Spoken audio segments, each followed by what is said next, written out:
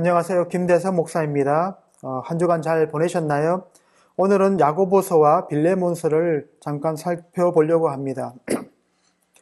야고보서는 마틴 루터에 의해서 조금 천대를 받았던 그 미운 오리 새끼 같은 그러한 복음서였습니다. 왜냐하면 행위를 강조한다고 이야기를 생각을 하셔서 야고보서를 조금 정경적인 부분에서 조금 모자라는 그러한 생각을 가지고 있다라고 생각합니다. 하지만 야고보서가 기독교 역사에서 과거에도 주목을 받았고 현재에도 주목받고 있는 것은 분명한 사실입니다.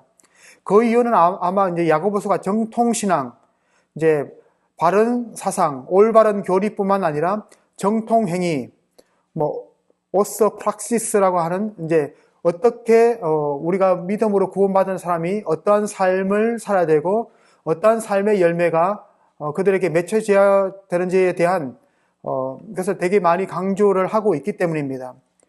이제 바울 서신 같은 경우는 어떤 특정한 교회들에게 보내셨던 서신이지만은 야고보서는 보통 이제 신약 성경에 담긴 7편의 일반 서신 또는 공동 서신 중 하나다라고 많은 분들이 생각을 합니다.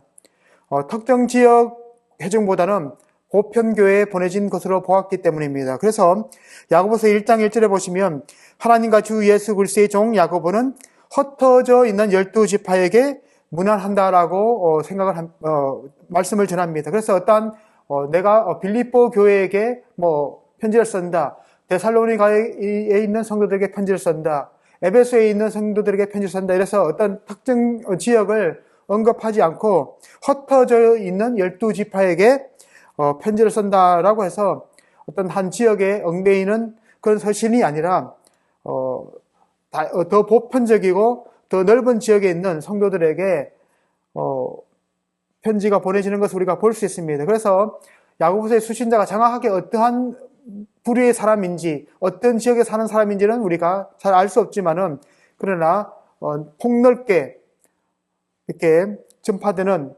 그러한 메시지였다라고 우리가 생각을 하시면 좋을 것 같습니다. 그래서 이제 초대 교회의 증거는 하나같이 이 서신의 저자를 예수님의 동생이자 예루살렘 교회의 지도자인 야고보로 보는 것을 우리가 볼 수 있습니다. 그래서 이제 신약 성경에는 적어도 3명의 야고보가 등장하는데 첫 번째가 야고보는 누군가 하면 세베대의 아들 야고보, 그 다음에 알페의 아들 또 야고보, 유다의 아버지가 언급되는 것을 우리가 볼 수 있습니다. 그러나 이러한 분들이 어떤 야고보서를 기록했다기보다는 예수님과 가까이 있고 예수 전sek에 명통한 사도 야고보가 야고보서를 기록했다라고 보는 것이 더 합리적인 생각이다라고 생각이 됩니다.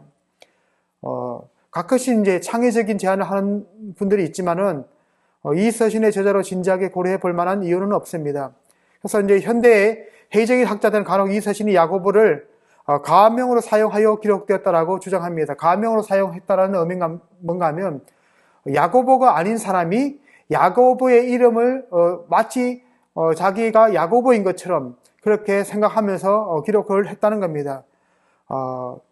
이 사실이 맞다 할지라도 맞다는 이야기는 아닙니다.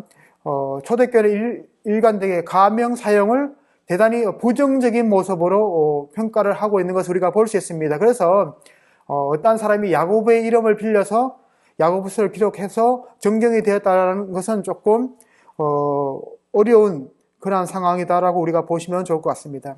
그래서 초기 역사가인 유세비우스는 야고보가 62년에 열성적인 반기독교 유대인들에게 순교를 당했다라고 전해주고 있습니다. 그리고 이제 유대 역사가 요세푸스는 야고보가 순교당했다는 역사적인 보강 증거를 제시하고 있습니다. 만약 이제 이 서신이 야고보의 손에서 나왔다면 당연히 그가 죽기 이전에 썼을 것입니다. 그래서 이제 복음주의 학자들은 야고보의 독자들이 천 초기 유대교의 상황과 야고보가 바울 쪽과 더 명백한 상호작용을 하지 않아 보이는 점을 고려하여 저작 연대를 40년대 중반으로 보려고 합니다. 만약에 이 연대가 옳다면 야고보서는 아마 신약 성경에서 다른 어떠한 책들보다도 먼저 쓰여져 있는 책이다라고 우리가 이해를 하시면 좋을 것 같아요. 그런데 연대에 대한 논란은 여전히 있기 때문에 정확하게 이것이 정답이다라고 우리가 이야기하기는 좀 곤란할 수 있습니다. 왜냐하면 모든 역사적인 순간들이 오늘날은 뭐예요? 정확하게 기록이 되잖아요. 어디를 갔던 장소도 찍었던 사진을 통해서 언제 어디에서 사진을 찍었다라고 우리가 알 수 있지만은 그때 당시에는 우리가 이러한 문맥이 없기 때문에 정확하게 언제 어디에서 누가 이러한 개념들이 조금 모호할 수 있다라고 우리가 생각하시면 좋을 것 같아요. 자, 이 서신 야고보서는 서신이지만은 바울 서신과는 조금 다릅니다. 야고보서는 실제 서신이라기보다는 1년의 짧은 설교문처럼 읽힙니다. 그래서 여러분들이 야고보서 읽어보시면 주제들이 아주 다양합니다.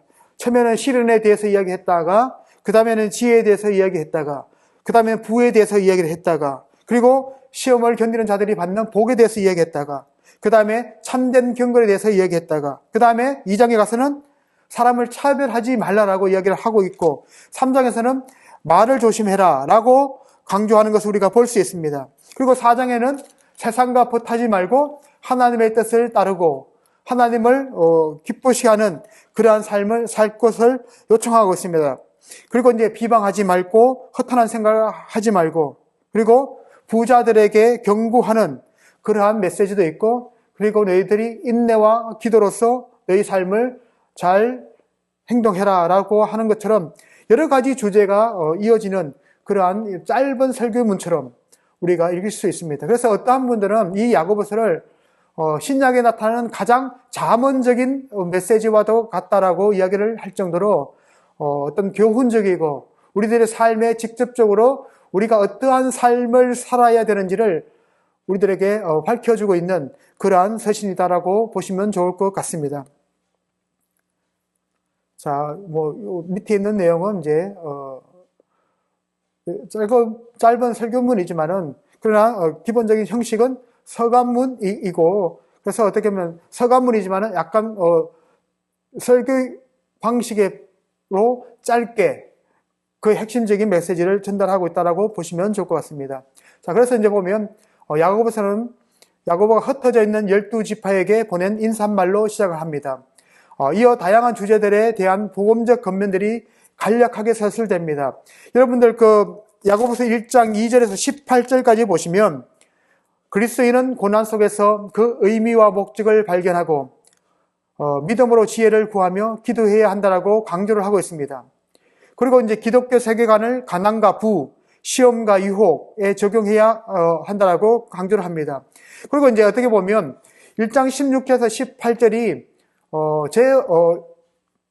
제가 생각하기에 정말 중요한 야고보의 핵심적인 메시지이다라고 생각을 합니다. 왜냐하면 이 부분에서 하나님께서 주권적으로 성도들을 구원하시고 그들을 부르시고 그들을 하나님의 자녀로 삼아주시는 내용들이 있습니다. 16절 18절에 보시면 이렇습니다.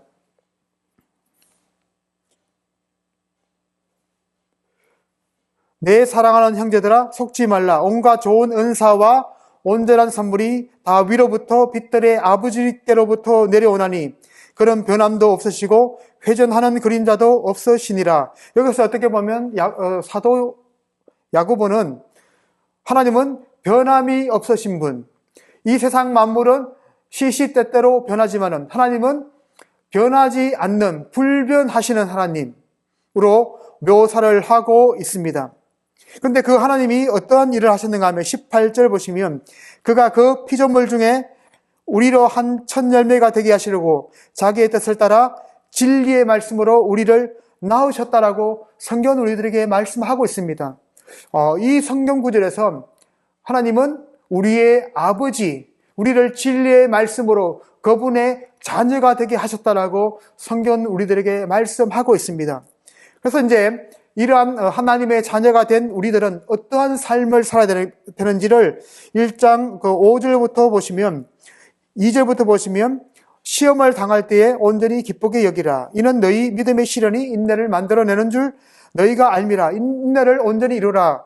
이는 너희로 온전하고 구비하여 조금도 부족함이 없게 하려 하십니다라고 성경은 우리들에게 말씀하고 있습니다. 이런 시험 중에 우리가 어떻게 이 시험을 이겨야 될지 잘 모를 때는 성경은 우리들에게 이렇게 말을 합니다. 너희 중에 누구든지 지혜가 부족하거든 모든 사람에게 후히 주시고 꾸짖지 아니하시는 하나님 앞에 구하라. 그리하면 주시리라. 그런데 어떻게 구해야 돼요? 6절에 보시면 오직 믿음으로 구하고 조금 더 의심하지 말라. 의심하는 자는 마치 바람에 밀려 요동하는 바다 물결 같다. 이런 사람은 아무것도 죽게 얻기를 생각하지 말라. 왜냐하면 이 사람은 두 마음을 품어 모든 일에 정함이 없는 자다라고 성경은 우리들에게 이야기하고 있습니다.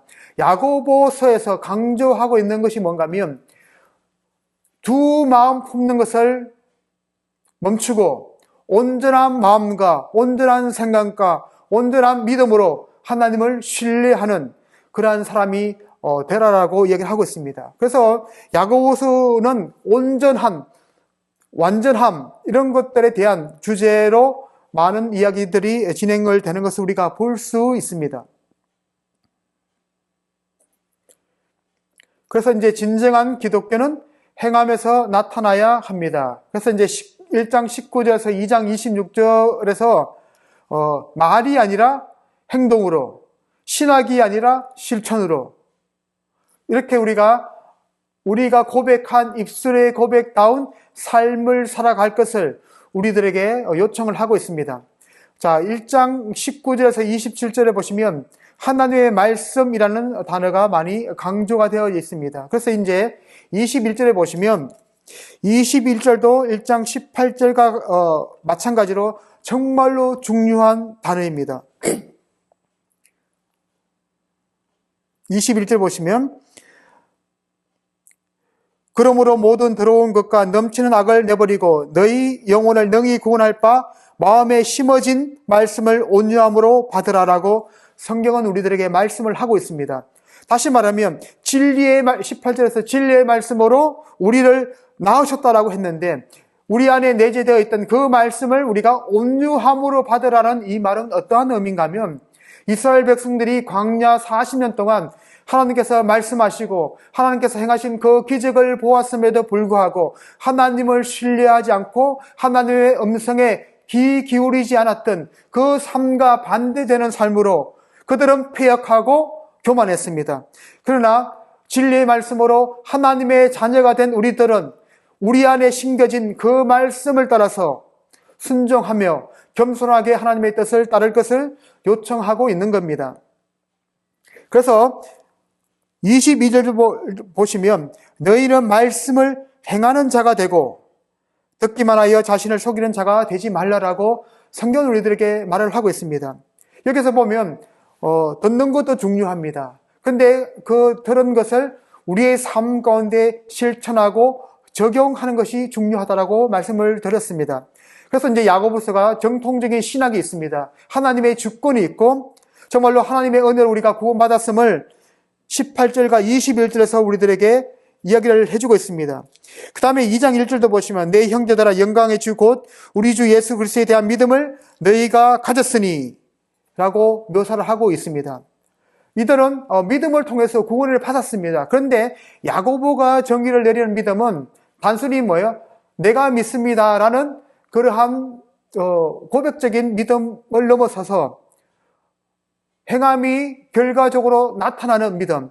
우리가 믿었을 때 우리가 믿는 자로서 어떤 삶으로 연결되어야 되는지를 우리들에게 요청하고 있는 그러한 메시지다라고 보시면 좋을 것 같아요. 예를 들면 우리가 하나님의 자녀가 될 때는 믿음으로 구원을 받잖아요. 맞잖아요? 오직 예수 그리스도를 주로 고백하고 믿을 때에 우리는 하나님의 성령이 우리 안에 임하시고 우리는 하나님의 자녀가 됩니다. 우리가 행함으로 구원받는 건 아니에요. 맞죠? 우리는 오로지 예수 그리스도에 대한 믿음으로 구원을 받습니다.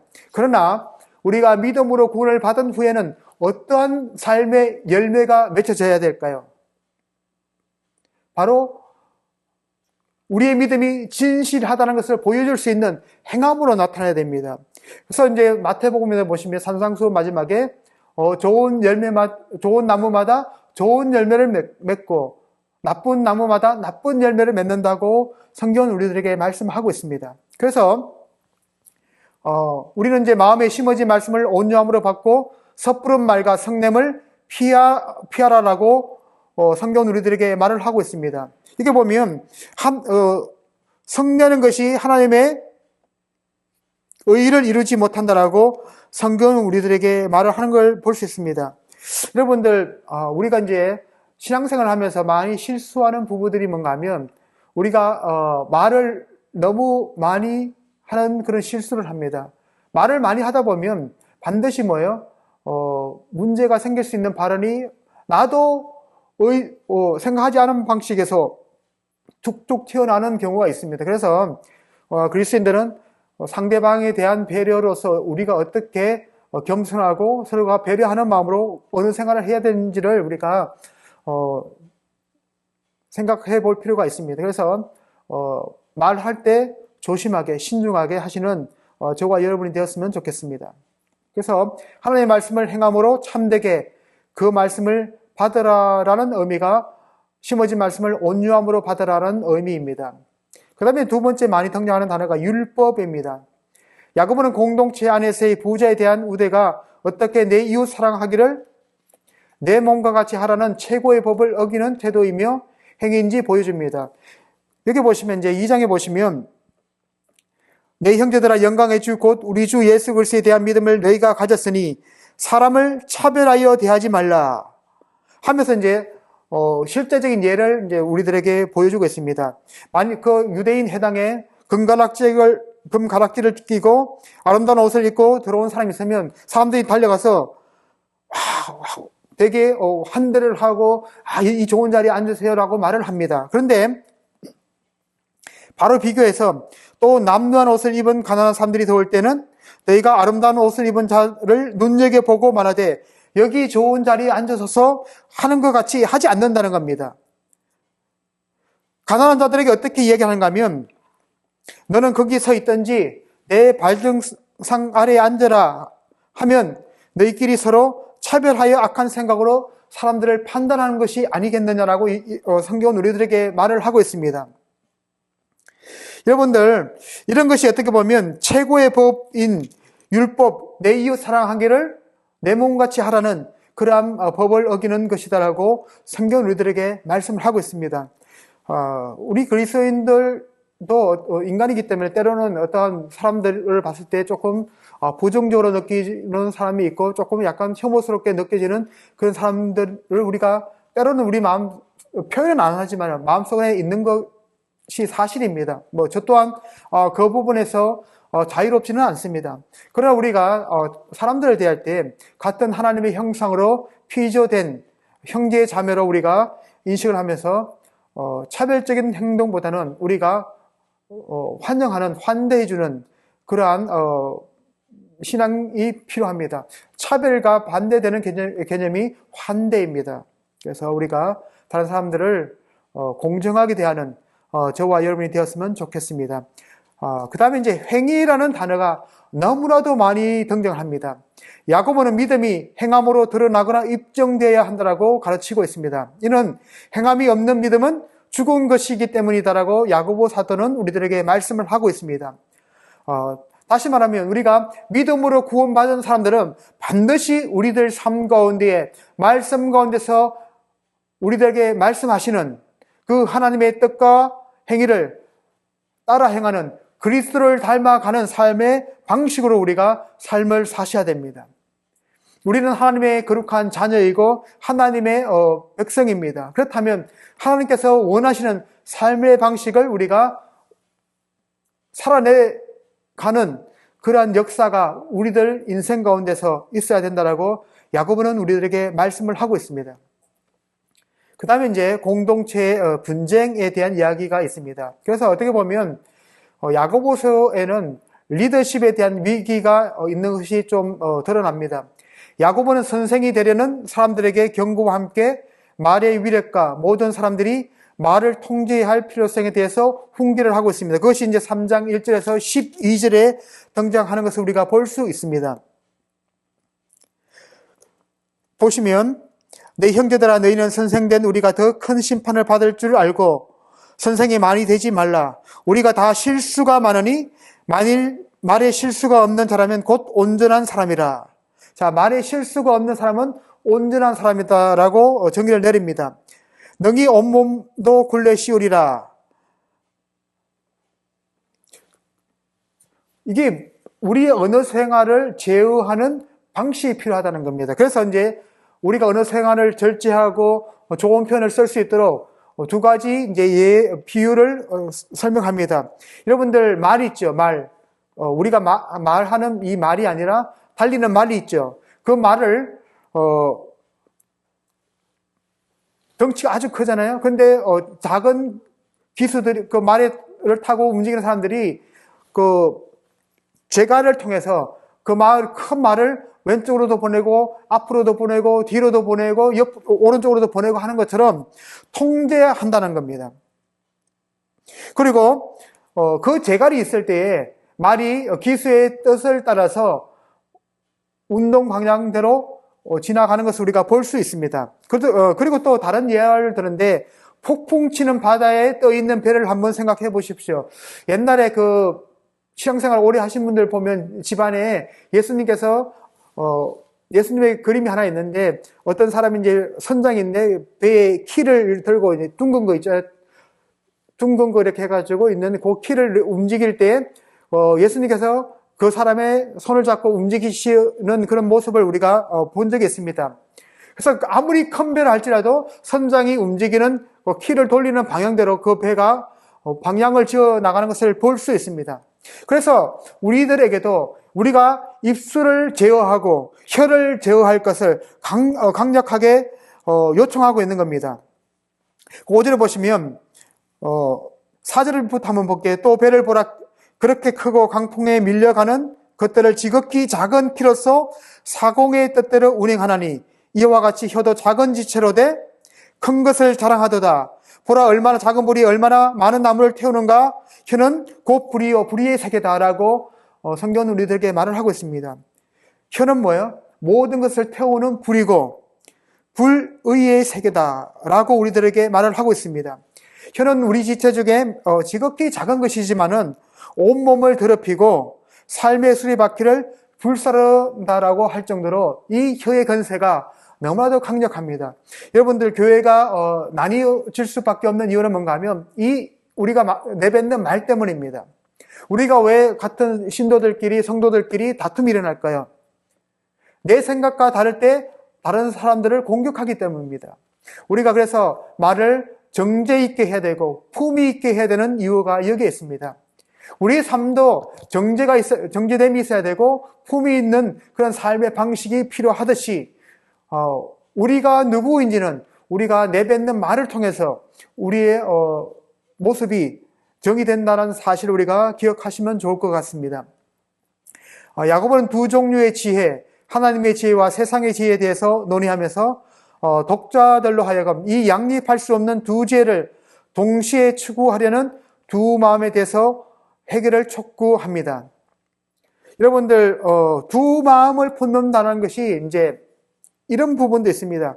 우리가 하나님의 자녀라고 하면서 하나님을 찬송한 다음에도 그 형제들을 저주할 때에 이것은 어떻게 보면 두 마음을 품은 삶의 방식이 아니다라고 성경은 우리들에게 말씀을 하고 있습니다. 그래서 1장에 하나님은 뭐예요? 변함도 없으시고 회전하는 그림자도 없으시다라고 하는 그 이유가 뭔가 하면 하나님은 변함없이 선하신 뜻대로 우리를 보호해 주시고 지켜주시고 우리를 하나님의 것으로 인쳐주신 것처럼 우리도 한 마음으로 하나님을 섬길 것을 우리들에게 요청하고 있습니다. 하나님을 섬긴다는 것이 주일 성수를 의미하는 것만은 아닙니다. 우리가 이제 언어에서도 한 마음으로 온전한 말을 하는 것도 필요하다는 겁니다. 우리가 세상을 살아갈 때 세상의 지혜를 의지할 것이 아니라 손에 볼지언정 하나님의 뜻을 따라서 순종하는 것이 어떻게 보면 하나님의 지혜다라고 성경은 우리들에게 말씀하고 있습니다. 그래서 성경은 사람이 자신의 계획을 세운다 할지라도 그 길을 인도하시는 분은 하나님이다라고 성경은 우리들에게 말씀하고 있듯이 우리가 바로 눈에 보이는 것에 우리가 초점을 맞추지 말고 우리 뒤에서 우리의 인생을 지금까지 선하게 인도해 주셨던 하나님을 신뢰하는 저와 여러분이 되시기를 부탁을 드립니다. 여러분들 두 마음을 품는다는 것은 하나님을 신뢰하지 않는 겁니다. 자, 아까 전에 어떻게 이야기했나요? 오직 믿음으로 구하고 조금 더 의심하지 말라. 의심하는 자는 뭐예요? 바람에 밀려 요동하는 바다 물결 같으니. 여러분들 바다에 보면 파도가 막 치잖아요. 형태가 일정하지 않습니다. 바람의 세기에 따라서, 바람이 어떤 방향에서 부느냐에 따라서 파도의 모습이 달라지는 것을 우리가 볼 수 있습니다. 이것은 우리가 안정적이다라고 볼 수 없습니다. 정하다라고 볼 수도 없습니다. 그래서 우리는 어떻게 해요? 하나님을 신뢰하고 한 마음으로 우리가 하나님의 뜻을 추구하는 저와 여러분이 되었으면 좋겠습니다. 두 마음을 하나님은 싫어하십니다. 하나는 세상에, 한 다리는 하나님께 보험 들듯이 그러한 삶이 아니라 내가 손해볼지언정 하나님의 뜻에 온전히 두 발을 하나님 앞에 두는 저와 여러분이 되었으면 좋겠습니다. 그리고 이제 중상하지 말고 판단하지 말라라고 권면을 하고 있습니다. 그 다음에 이제 뭔가 하면 4장 13절에서 5장 11절에는 자신의 인생을 계획하는 한 사람의 이야기가 4장 13절부터 17절까지 있습니다. 여기 보면 어떠한 사람을 비유로 듭니다. 너희 중에 말하기를 오늘이나 내일이나 우리가 어떤 도시에 가서 거기에서 1년을 머물며 장사하여 이익을 보려 하는 자들아 라고 시작을 합니다. 그렇다면 우리가 이제 어떻게 생각할 수 있는가? 이것은 사도 야고보가 이 사람을 칭찬하는 것이 아니라 그의 맹목적인 어떠한 계획을 책망하고 있다라고 우리가 보시면 좋을 것 같습니다. 자, 이렇게 말씀한 후에 어떻게 이제 사도 야고보가 이야기를 하는가 하면 내일 일을 너희가 알지 못하는도다. 야, 내일 일도 모르는데 1년 후의 일을 어떻게 네가 계획하고 판단하고 결정을 내리느냐 이렇게 책망하는 것 같습니다. 너희는 잠깐 보이다가 없어지는 안개와 같은 존재임을 우리들에게 말을 하고 있습니다. 여러분들 안개가 많이 끼는 날 이제 차량을 운행하시다 보면 앞이 잘 안 보이실 때가 있죠. 저도 이제 간혹 그럴 때가 있어서 되게 난감할 때가 있습니다. 교통사고의 위험도 있고 어떤 위기가 닥쳐올 수도 있습니다. 그런데 조금만 지나면 그 짙어 있던 그 안개가 어느덧 사라지는 것을 우리가 볼 수 있습니다. 마치 금방 피어 올랐다가 사라지는 안개처럼 우리 인생도 그러하다라고 야고보가 이야기를 합니다. 그렇다면 우리가 구체적이고 디테일한 계획을 우리가 살면서 세워야 되지만은 그것이 우리 인생을 그대로 그 자리로 인도할 것이다라고 신뢰하지 말아야 됩니다. 그래서 우리는 어떠한 삶의 방식을 택해야 되는가 하면 15절에 보시면 사도 야고보가 이렇게 얘기를 합니다. 너희가 도리어 말하기를, 앞에는 이렇게 했잖아요. 오늘이나 내일이나 어떤 도시에 가서 1년을 머물며 장사해서 이익을 내가 내겠다라고 했습니다. 그런데 15절은 너희가 도리어 말하기를 주의 뜻이면 우리가 살기도 하고 이것이나 저것을 하리라 할 것이거늘 이제도 너희가 허탄한 자랑을 하니 그러한 자랑은 다 악한 것이라. 그러므로 사람이 선을 행할 줄 알고도 행하지 아니하면 죄다라고 성경은 우리들에게 말씀을 하고 있습니다. 그래서 우리가 그러면 우리는 계획을 세우지 말아야 되느냐라고 물으실 수도 있습니다. 그런 의미가 아닙니다. 우리의 모든 계획 속에서 하나님을 의식하고 하나님께 묻는 그런 삶의 자세가 필요하다는 겁니다. 하나님이 요거해, 저거해 이렇게 로봇처럼 우리들에게 지시하지 않잖아요. 하나님은 뜻은 어떤 조금 넓은 측면에서 우리를 인도를 하시는 것을 우리가 볼 수 있어요.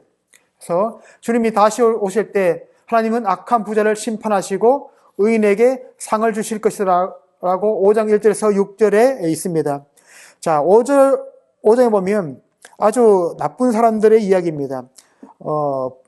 부자들이 나오는데 이제 너희에게 임할 고생으로 말미암아 울고 통곡을 해라.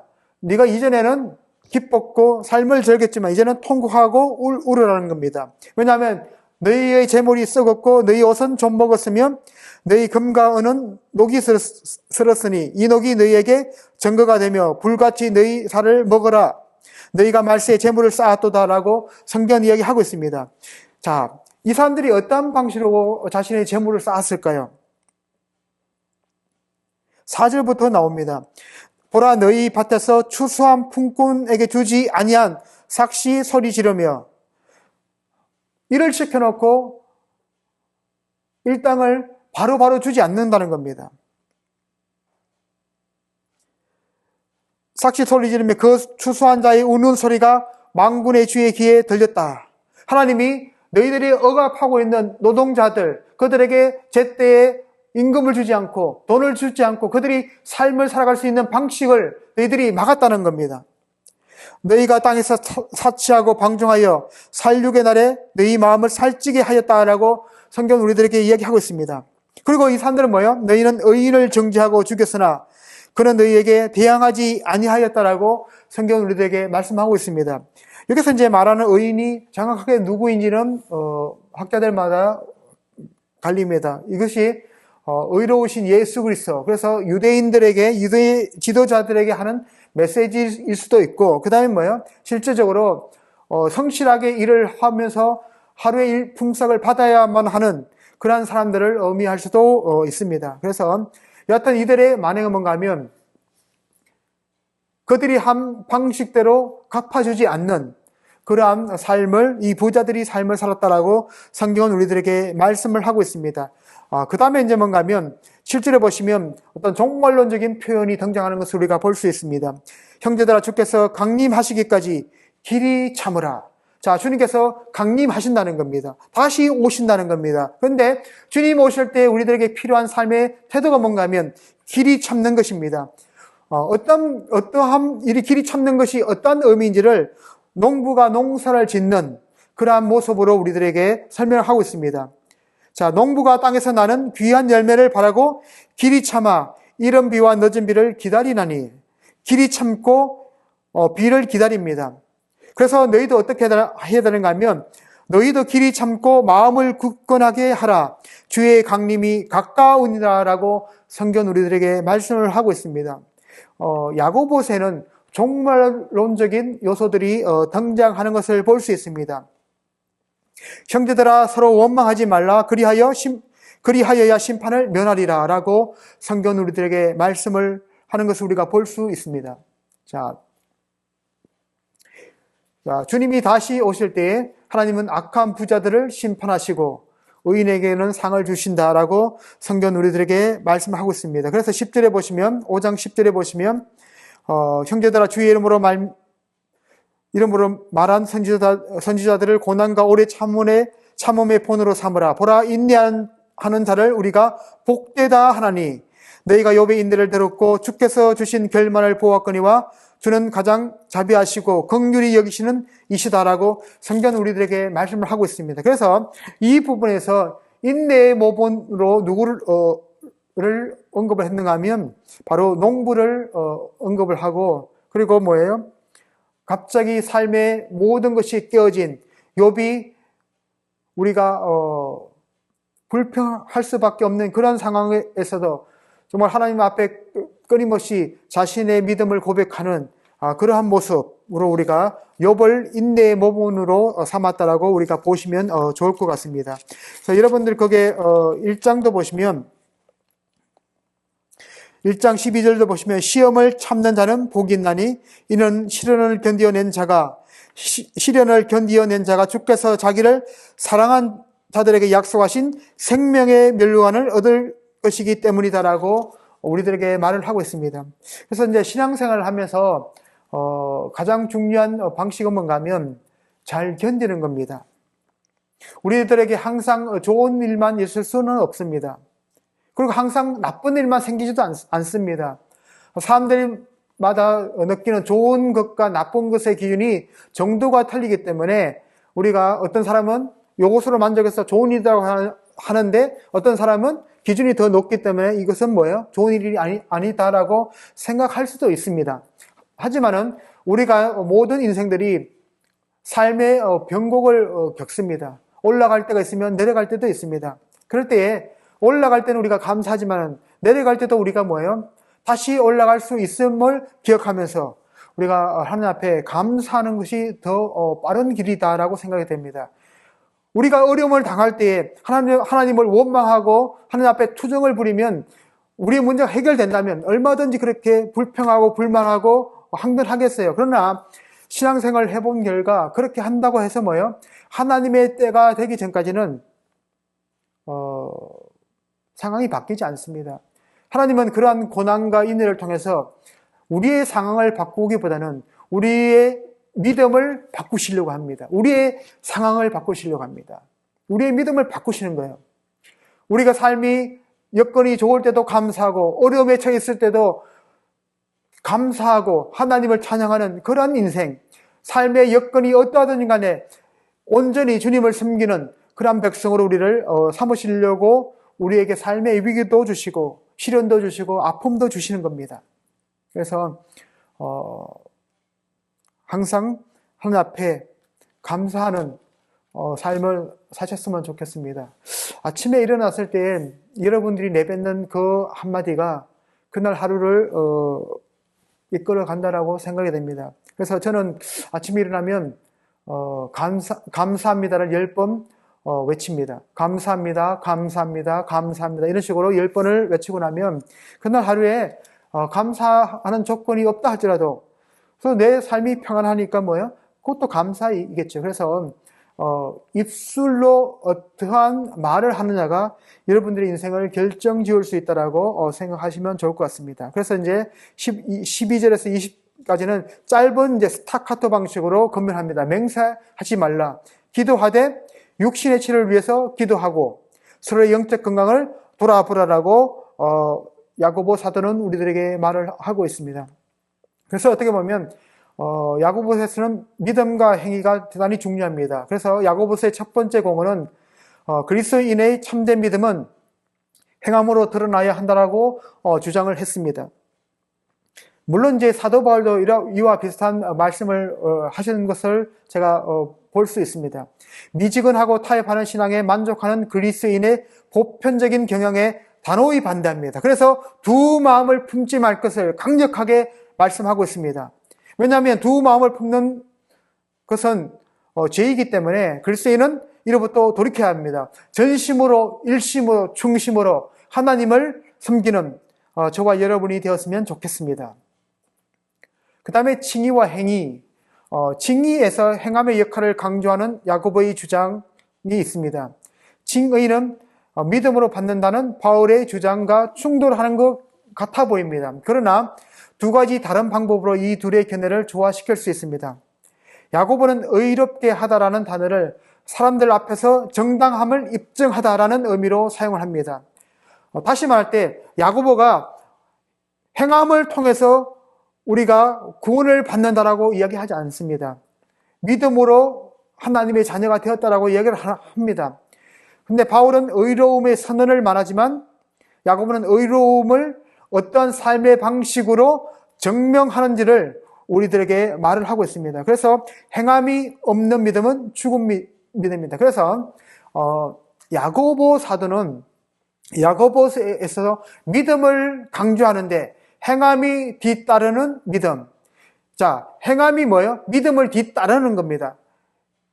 행함을 뒤따르는 믿음이 아니라 믿음을 뒤따르는 행함이 뒤따르는 믿음입니다. 그래서 믿음을 따라가는 행함이 나타나야 된다는 겁니다. 다시 말하면 우리가 믿음으로 구원받은 사람이라면 하나님의 말씀대로 삶을 살아가서 선한 열매가 맺혀져야 한다라고 우리들에게 이야기를 하고 있습니다.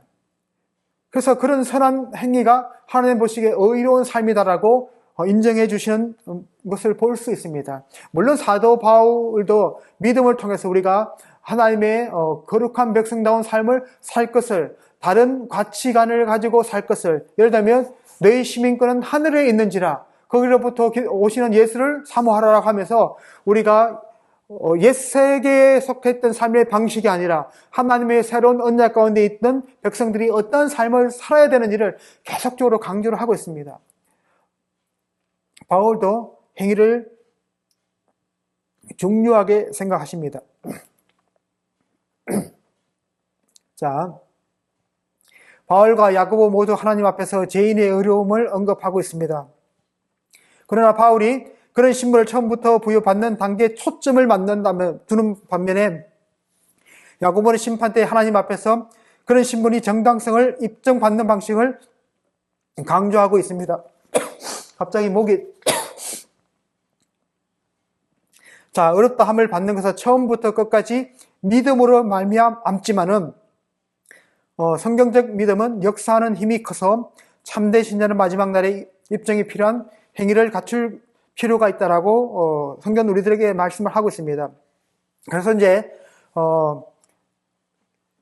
마태복음 7장에도 보시면 지혜로운 사람은 어떤 사람이에요? 하나님의 말씀을 듣고 행하는 사람이다. 그러한 사람이 주초 위에 집을 짓는 지혜로운 사람이다라고 성경 우리들에게 말씀을 하는 것을 우리가 볼 수 있습니다. 자, 이러한 신학적 조언은 반드시 필요하지만 그렇다고 바울이나 야고보의 중요한 신학적 공헌을 무시해서는 안 됩니다. 바울과 야고보는 등을 맞대고 서로 다른 상대와 싸우고 있다라고 보시면 좋을 것 같습니다. 바울은 사람의 행위에 구원의 근거를 두려는 시도, 율법주의와 싸우고 있습니다. 근데 야고보는 행위를 그리스도인에게 불필요한 것으로 여기며 버리려는 태도와 싸우고 있습니다. 두 가지가 다 필요합니다. 아시겠죠? 자, 야고보는 참된 그리스도인이 보여야 할 행동과 말에 집중을 합니다. 야고보는 편지의 쓰신인들에게 두 마음을 품은 것을 회개하고 그리스도인으로서 그들의 신앙과 삶에서 온전하고 한결같고 순전한 모습을 보이라고 요청을 하고 있습니다. 그래서 마음을 다하고 뜻을 다하고 정성을 다하여 주 너희 하나님을 사랑하라 라고 하는 것처럼 마음을 다하고 정성을 다하고 뜻을 다하여 한 마음으로 하나님을 사랑하다라고 성경 우리들에게 말을 하는 것을 볼 수 있습니다. 그래서 다양한 신학적 주제가 여러 곳에 등장하는 것을 볼 수 있습니다. 그래서 첫 번째는 뭔가 하면 시련 가운데 나타나는 하나님의 목적, 그 다음에 죄의 실상과 유혹에 굴하지 말아야 한다라고 야고보는 강조하고 있습니다. 그 다음에 이제 야고보가 경건한 말의 필요성에 대해서 우리들에게 말을 해주고 있습니다. 그 다음에 행함이 참된 믿음의 필수 불가결한 증거라는 인식을 우리들에게 강조하고 있습니다. 그 다음에 뭔가 하면 구약 성경에 많이 나오는 가난한 이들을 향한 하나님의 자비하심, 관심에 대해서 성경 우리들에게 말을 해주고 있고요. 부자들에게 다가올 심판에 대한 이야기가 있었고 기도의 필요성과 능력이 등장합니다. 1장 5절에서 7절은 뭔가 하면 그런 거잖아요. 믿음으로 구하고 의심하지 말 것을 우리들에게 말을 강조를 하고 있고 5장 13절에서 18절은 고난 당한 자가 있느냐 그는 기도할 것이요 즐거워하는 자가 있느냐 그는 찬송할진디라 너 중에 병든 자가 있느냐 하면서 교회 장로를 초청해서 주의 이름으로 기름을 바르며 그를 위하여 기도하라라고 성경은 우리들에게 이야기하고 있습니다. 그래서 믿음의 기도는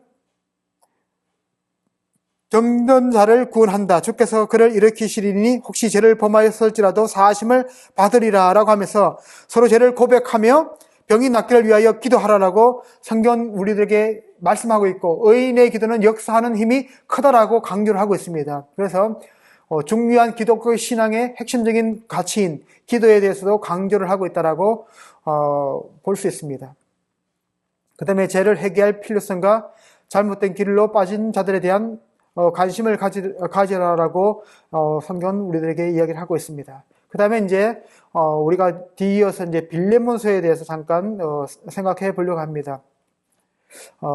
바울이 빌레몬에게 편지를 쓰게 한 경위는 빌레몬의 노예였던 오네시모가 바울에게 도망쳐 온 일 때문이었습니다. 어떻게 보면 이 빌레몬을 만났던 장소가 로마에 있던 감옥이었는지 에베소에 있었던 감옥이었는지는 우리가 정확하지는 않지만은 보편적으로는 이제 많은 대다수의 학자들이 로마에 있었을 것이다라고 많이 생각합니다. 그래서 빌레몬에게 오네시몬을 용서하고 그를 도망친 노예가 아닌 그리스도 안에서 회개한 형제로서 받아줄 것을 부탁하고 있는 겁니다. 여러분들이 이제 부탁이지만은 은근히 뭐예요? 빌레몬을 조금씩 이렇게 몰아가는 그런 모습을 이제 볼 수 있습니다. 편지는 이제 빌레몬과 아마도 그의 아내였을 아비와 그리고 골로새 가정의 교회 목사 내지는 장로였을 아키포에게 전하는 인사로 시작이 됩니다. 이 아키포에 대한 가 누구인지에 대한 이야기는 정의는 조금 이렇게 많이 틀리긴 하는데 어떤 분은 이제 빌레몬과 아비아의 뭐 아들이었을 것이다라고 이야기하기도 하고 이와 같이 목사 내지 어떤 교회 지도자급에 있던 그런 사람이었을 것이다라고 이야기하기도 합니다. 바울은 빌레몬의 사랑과 믿음에 감사하며 믿음 안에서 그가 동력해온 것과 그와 나눈 교제가 좋은 열매를 맺기를 기도하고 있습니다. 어떻게 보면 이제 이 빌레몬은 어떻게 보면 사도 바울에게 중요한 사람이었던 것 같습니다. 제가 빌레몬을 좀 찾아볼게요.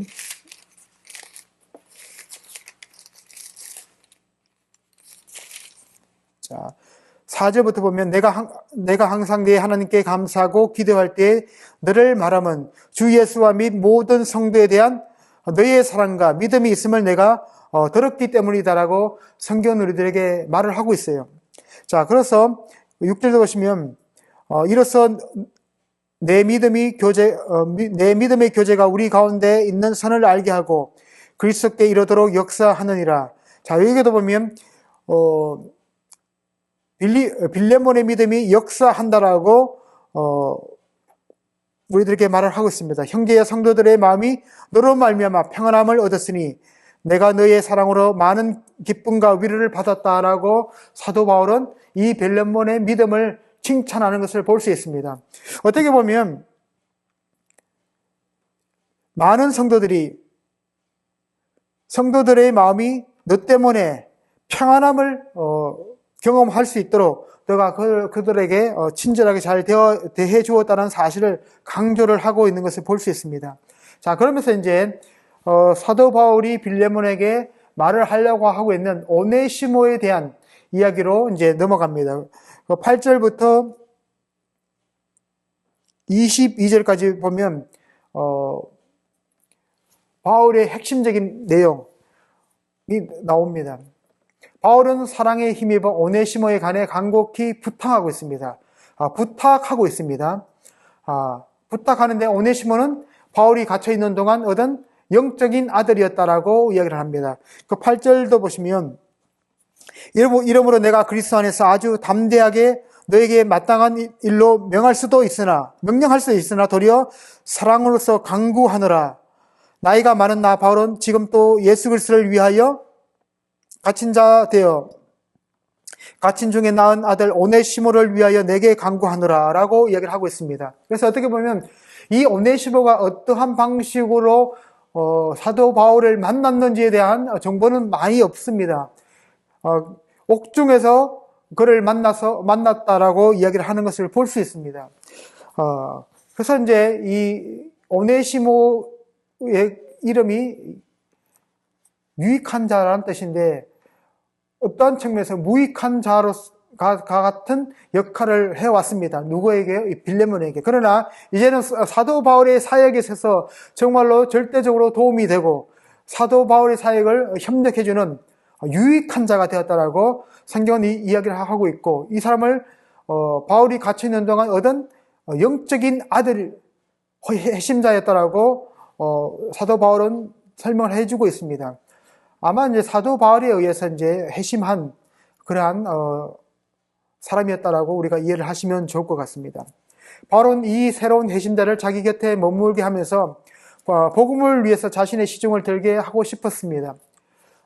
정말로 이제 감옥 생활을 하고 있었기 때문에 누군가의 도움이 필요했고 누군가의 옆에서 시중을 좀 들어야 되는 그러한 나이가 되기도 했습니다. 오늘날 우리가 이제 100세 시대라고 얘기하면서 오래 사시잖아요. 이제 TV에 보니까 황창년 그 신부라는 분이 계시는데 그분이 이제 아버지하고 대화하는 장면을 좀 이렇게 그분이 이제 풀어주는 이야기가 있는데 뭔가 하면 아버지가 70대 중반이래요. 근데 아버지는 왜 경로당에 안 가시냐? 그러니까 가기 싫대요. 그러니까 왜 가기 싫으냐라고 이야기했더니 형들이 가면 자꾸 청소시킨다고 이렇게 이야기를 하는 것을 볼 수 있습니다. 70대 중반인데도 더 많은 나이가 많은 형들이 경로당에서 70대 중반의 동생이 오면 청소도 시키고 심부름도 이래 시킨다고 얘기를 합니다. 근데 사도 바울이 삶을 살았을 때는 지금보다도 훨씬 적은 생명을 사시고 돌아가시는 경우가 많이 있었습니다. 그래서 평균 수명이 그렇게 높지 않았을 것이다라고 생각이 됩니다. 그래서 누군가의 도움이 필요했습니다. 근데 마침 자기를 통해서 회심한 오네시모가 오니까 그를 곁에 두고 싶었던 마음이 생겼을 겁니다. 하지만 그는 빌레몬의 노예였기 때문에 그에게 다시 돌려보내야만 합니다. 그래서 그 처분을 자기가 결정하는 것이 아니라 빌레몬에게 맡깁니다. 나에게 도움이 필요하고 나에게 유익한 이 오네시모를 나를 위해서 너가 그에게 선한 의도를 좀 베풀어 줬으면 좋겠다라는 의미입니다. 다시 말하면 걔 나를 좀 도와주게 내게 있게 해줘 이런 의미겠죠. 그를 빌레몬에게 돌려보내야만 한다는 부담을 느꼈습니다. 바울은 빌레몬이 오네시모를 단지 노예가 아닌 형제로 받아줌으로써 그 두 사람 간의 화해가 성사되기를 기대하고 있습니다. 정확하지는 않지만은 이 오네시모가 빌레몬의 재산을 훔쳐서 도망쳤다라는 그런 이야기가 있는데 여기서 이제 빚진 것이다라고 이제 사도 바울은 표현을 하고 있습니다. 그래서 그것이 오네시모가 빚을 내서 그걸 가지고 도망을 갔는지 아니면 훔쳐서 갔는지는 우리는 정확하게 알 수 없지만은 이러한 이야기들이 있습니다. 그래서 금전적인 문제가 두 사람 사이에 있었다라고 봅니다. 그리고 노예가 주인의 허락도 없이 물건을 탈취해서 도망을 갔기 때문에 어떻게 보면 이제 그 당시에 만약에 노예 추노꾼이 이 당시에도 있었습니다. 그래서 현상금을 걸어서 우리 집에서 나간 이 노예를 잡아오면 현상금을 주겠다라고 하는 그런 방식으로 어떻게 보면 이 노예들이 도망을 갔잖아요. 그러면 그들이 항상 불안하게 살 수밖에 없습니다. 누가 나를 다시 내 옛날 주인에게로 데리고 잡아가면 안 되니까 항상 그런 갈등이 있었고 두려움이 이제 노예에게 있었다라고 우리가 생각을 하시면 좋을 것 같아요. 자, 그래서 바울은 빌레몬에게 오네시모를 맞아 줄 것을 부탁하고 오네시모가 그에게 진 빚이 있다면 자신이 갚아주겠다고 약속을 합니다. 근데 뭔가 하면 또 이렇게 이야기합니다. 빌레몬이 바울에게 빚을 졌기에 그가 자기 부탁대로 해주리라고 확신한다. 이게 조금씩 압박을 하는 것을 볼 수 있습니다. 너는 내가 말하는 것보다 더 많은 것을 그에게 해줄 것이라고 내가 믿는다. 라고 하면서 이 빌레몬을 조금씩 압박해 나가는 것을 볼 수 있습니다. 바울이 자기가 방문한 것을 대비해 손님방을 준비해 달라고 하는 것은 일종의 수사법이었을 것입니다. 내가 곧 갈 거니까 빌레몬한테 오네시모한테 잘해줘 이런 의미일 수도 있습니다. 편지는 바울의 동역자들이 보내는 문안 인사와 은혜의 말로 끝이 나는 것을 우리가 볼 수 있습니다. 여러분들 이 빌레몬서에서도 보면 우리가 몇 가지 생각해 볼 문제가 있습니다. 바울은 자신의 사도의 권위를 자제하고 있는 것을 우리가 볼 수 있습니다. 명령할 수 있었습니다. 왜냐하면 빌레몬도 어떻게 보면 바울을 통해서 구원받은 하나님의 백성이 되었을 것이기 때문입니다. 그래서 이제 사도 내가 너에게 명하노니 이렇게 할 수도 있을 건데 그렇게 하지 않고 빌레몬이 오네시모를 영접하기를 원한다는 것을 심지어 기대한다는 것을 분명하게 밝히고 있는 것을 볼 수 있습니다. 뭐 숙소 이야기는 아까 전에 이야기를 하고 했었고 너희 기도로 내가 너에게 나아갈 수 있기를 바란다라고 이제 기도를 하는 것을 우리가 볼 수 있습니다. 그래서 이제 그에 다가오는 방문은 동시에 채찍과 당건으로 작용을 하는 것을 볼 수 있습니다. 이것은 이제 뭐 빌레몬에게 책임 있게 행동하라고 용기를 주는 동시에 바울이 곧 그에게 그의 결정에 대해서 책임을 물을 것이라는 경고도 포함되어 있다라고 우리가 생각하시면 좋을 것 같습니다. 그래서 야, 될 수 있으면 나를 위해서 이 오네시모를 용서해주고 받아주라고 얘기를 하는 것을 볼 수 있습니다. 그리고 나와 동행할 수 있도록 그를 선처해달라고 얘기하는 것을 우리가 볼 수 있습니다. 둘째 이슈는 개인적인 편지입니다. 이렇게 빌레몬서에 보시면 개인적인 편지이죠.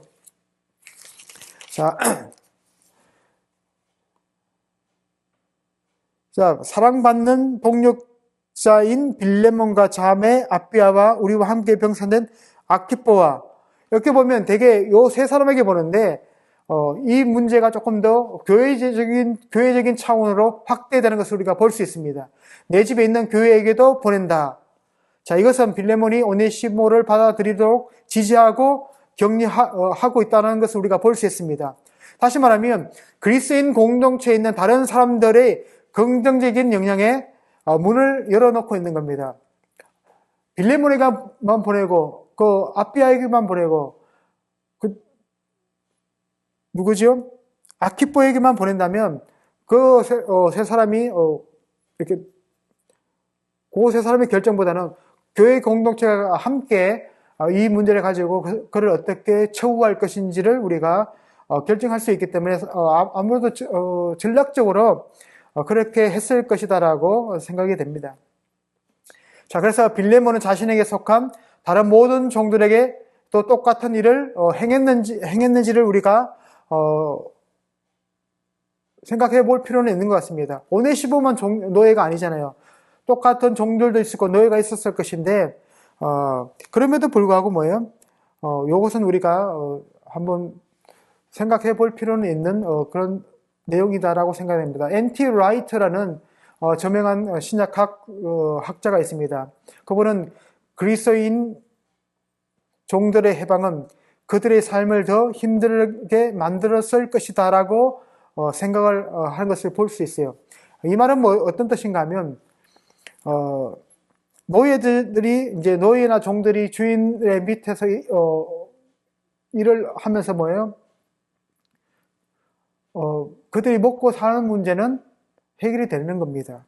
그런데 바울 시대의 종들을 소유하고 있던 모든 그리스도인들이 갑자기 모든 노예들을 해방시킨다면 어떤 문제가 발생하는가 하면 대규모의 실직자들이 발생하는 겁니다. 노예에서 자유인으로 해방되는 즉시 그들은 뭐예요? 자기가 먹고 입고 살 모든 것들을 자기가 책임을 져야 되는 겁니다. 근데 어떻게 보면 갑자기 주인의 집에서 일을 하고 먹고 자고 살았던 그 모든 것이 뭐예요? 이제는 없어지는 거예요. 그러니까 어떻게 보면 노예로 있는 것이, 종으로 있는 것이 어떤 측면에서 도움이 될 수도 있다는 의미로 우리가 보시면 좋을 것 같아요. 구약시대에도 보면 희년이나 이럴 때에 종을 해방하잖아요. 할 때 이제 그가 만약에 나는 해방이 되지 않고 주인의 집에서 영원히 살겠다라고 하면 밖에 나가서 뭐예요? 사람들이 보는 데서 길을 뚫는 방식으로 이 사람에게 영원히 속한 종이 된다라는 그런 의미가 있는 것처럼 먹고 사는 문제 때문에 노예로 있을 수밖에 없는 그런 상황들이 있을 수 있습니다. 물론 이제 재능이 있고 기술이 있는 사람들은 일을 해서 돈을 벌면 자유할 수도 있지만은 그렇지 않은 사람들도 많이 있다라고 생각하시면 좋을 것 같아요. 자, 그래서 로마 제국의 3분의 1 또는 4분의 1은 노예로 구성되어 있습니다. 그래서 어떻게 보면 인종에 기초한 것이 아니라 그 당시의 노예들은 전쟁의 결과 패전국에서 살던 백성들이 이제 로마 군대에 의해서 이제 끌려갔을 때 그 사람들이 노예로 팔리는 경우가 있고, 그 다음에 빚을 져서 그 빚을 못 갚아서 어떻게 보면 노예로 전락하는 경우가 있다고 생각하시면 좋을 것 같아요. 그리고 이제 범죄에 대한 처벌로 생겨난 것일 수도 있습니다. 일부 노예들은 큰 고통을 경험하고 최저 생계를 이어갔지만 다수의 노예들은 교육과 기술 훈련을 받았고 가정, 사업, 정부에서 중요한 역할을 담당했습니다. 그래서 이런 다양한 곳에서 일을 하고 있던 그 노예들이 해방이 된다면 이 사람들에게는 이제 카오스 같은 그런 일들이 발생하는 것을 우리가 볼 수 있습니다. 그래서 어떻게 보면 무조건 다 해방시키는 것이 좋은 뜻은 아닙니다. 신약성경도 이와 마찬가지로 그리스도인 주인들에게 그들의 종과 노예들에게 친절과 공평의 본보기가 되고 그들을 형제처럼 대하도록 가르치고 있습니다. 그렇다고 뭔가 하면 종과 주인의 신분이 같아지는 건 아니에요. 사도 바울이 종을 친절하게 대하라고 했을 때는 뭔가 하면 교회 안에서 우리가 같은 형제 자매로 우리가 생각을 하지만은, 그러나 그의 삶의 자리에 들어갔을 때는 종은 종의 역할을 충실하게 해야 되고, 내가 교회에서 형제니까 형제처럼 주인한테 막 하라는 의미가 아닙니다. 그래서 어떤 그러한 자신의 지위를 정확하게 인정을 해주는 거죠. 그리고 너는 주인다운 삶의 방식으로 내 종들에게 행하고, 너는 종으로서 주인에게 어떠한 방식으로 주인에게 성실히 일함으로 너의 역할을 감당하라라고 가르치는 내용입니다. 그래서 신분이 같아지는 건 아니에요. 또한 신약성경에 서신다는 노예들을 직접 다루면서 그들에게 그리스도를 닮을 것을 권면하고 있습니다. 이는 그들도 그리스도인들의 모임에서 환영을 받았다는 것을 나타내주고 있는 것 같습니다. 여러분들 베드로전서 2장 18절에서 21절에 보시면, 베드로 앞에 골로새서에 있는데 왜 베드로전서를 할까요?